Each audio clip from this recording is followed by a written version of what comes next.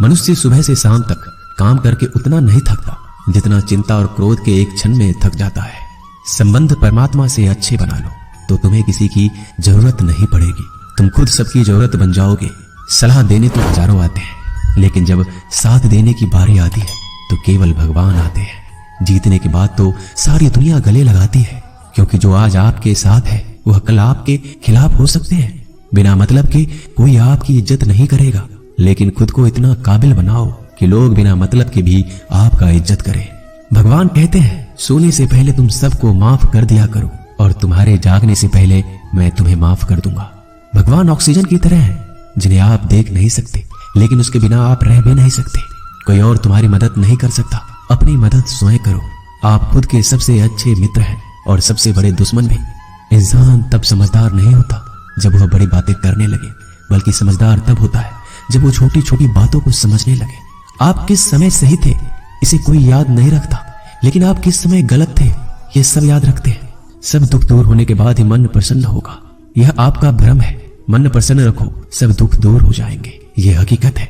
किसी भी व्यक्ति की कोई भी बात बुरी लगे तो दो तरह से सोचो। यदि व्यक्ति महत्वपूर्ण है तो भूल जाओ, और बात महत्वपूर्ण है तो व्यक्ति को भूल जाओ।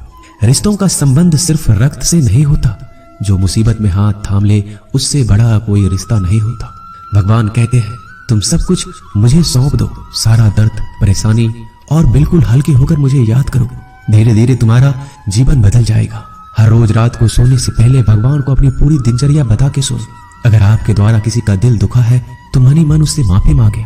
अगर आपका किसी ने दिल दुखाया है तो उसे माफ करके सारी चिंताएं भगवान को सौंप कर सो जाए। यकीन मानिए इससे आपकी जिंदगी खुशनुमा बन जाएगी। क्रोध बोला हुआ एक शब्द इतना जहरीला हो सकता है कि आपकी हजार प्यारी बातों को 1 मिनट में नष्ट कर सकता है। सबको हंसाना लेकिन किसी पर भी हंसना मत। सबके दुख बांटना लेकिन किसी को दुखी मत करना। सबकी राह में दीप जलाना लेकिन किसी का दिल जलाना मत। यही जीवन की रीत है, जैसा बोओगे वैसा ही पाओगे। दुआएं और प्रार्थनाएं असंभव को भी संभव बना देती है। ईश्वर को ना हमारे तन की जरूरत है ना धन की, उसको तो बस पवित्र मन की जरूरत है।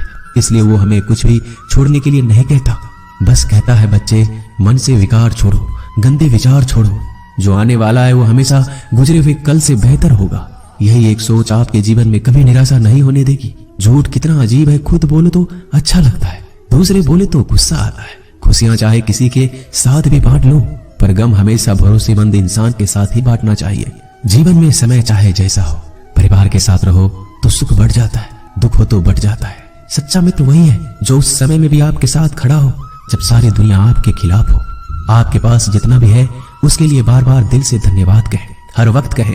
यकीन मानिए जितना भी है वो जल्दी कई गुना हो जाएगा। प्रार्थनाएं और ध्यान इंसान के लिए बहुत जरूरी है, क्योंकि प्रार्थना में भगवान आपकी बात सुनते हैं और ध्यान में आप भगवान की बात सुनते हैं।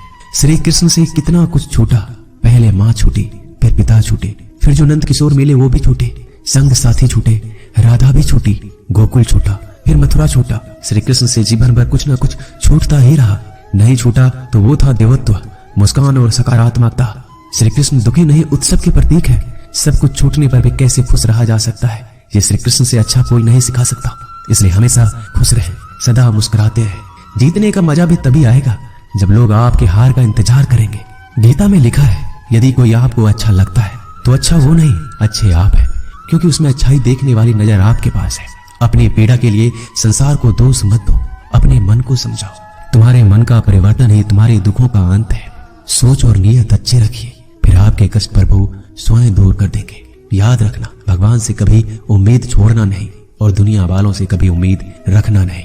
सुख दुख एक सिक्के के दो पहलू है। जहाँ सुख होगा वहाँ दुख भी होगा, जहाँ दुख होगा वहाँ सुख भी होगा। इसलिए सुख दुख के बारे में बिना सोचे निरंतर अपने लक्ष्य को प्राप्त करने के लिए प्रयास करते रहना चाहिए। एक बात हमेशा याद रखना, किसी के सामने गिड़गिड़ाने से ना मोहब्बत मिलती है ना इज्जत। इसलिए अपने स्वाभिमान को जिंदा रखो। कोई अगर आपकी किस्मत में होगा तो आपके पास खुद ही चलकर आएगा। दूसरों को हराने का मौका मत दो, बस खुद को आगे ले जाने की जिद पालो। कभी हार ना मानने की आदत ही एक दिन जीतने की आदत बन जाती है। सिर्फ 2 चीजें मनुष्य के भाग्य का निर्माण करती है। पहला, स्वभाव। अगर आपके स्वभाव में अच्छाई, विनम्रता और गुण है तो आपका भाग्य चमकेगा। अगर आपका स्वभाव क्रोधी है, आलसी है, तो आपका भाग्य बिगड़ना अनिवार्य है। इसलिए अपने स्वभाव को मधुर और आकर्षित बनाइए। दूसरा, आपकी वाणी। बोलना तो आदमी 2.5 साल की उम्र में ही सीख जाता है, परंतु कब, कहां और कैसे बोलना है उसे यह जिंदगी भर भी नहीं समझ पाता। जिसे ये बोलना आ गया कि कब, कहां और कितना बोलना चाहिए, समझ लो उसे सफल होने के लिए कोई नहीं रोक सकता। पिता से बड़ा कोई सलाहकार नहीं, माँ की छांव से बड़ी कोई दुनिया नहीं, भाई से अच्छा कोई भागीदार नहीं और बहन से बड़ा कोई शुभ चिंतक नहीं। इस मतलबी दुनिया से कोई मतलब ना रखो, और मतलब रखना है तो अपने मतलब से मतलब रखो। दुआएं मांगने से किसका भला होता है? मिलता तो वही है जो हमने बोया होता है। तुम नीचे गिर के देखो, कोई नहीं आएगा उठाने। तुम जड़ा उड़कर तो देखो, सब आएंगे गिराने। एक बात हमेशा याद रखना, अगर शराब की दुकान पर बैठकर दूध पियोगे तो तुम्हें शराबी का ही दर्जा मिलेगा, और किसी मंदिर में बैठ के पानी भी पियोगे तो तुम्हें एक संत का दर्जा दिया जाएगा। इसलिए आप किसके साथ उठते बैठते हो ये बहुत मायने रखता है।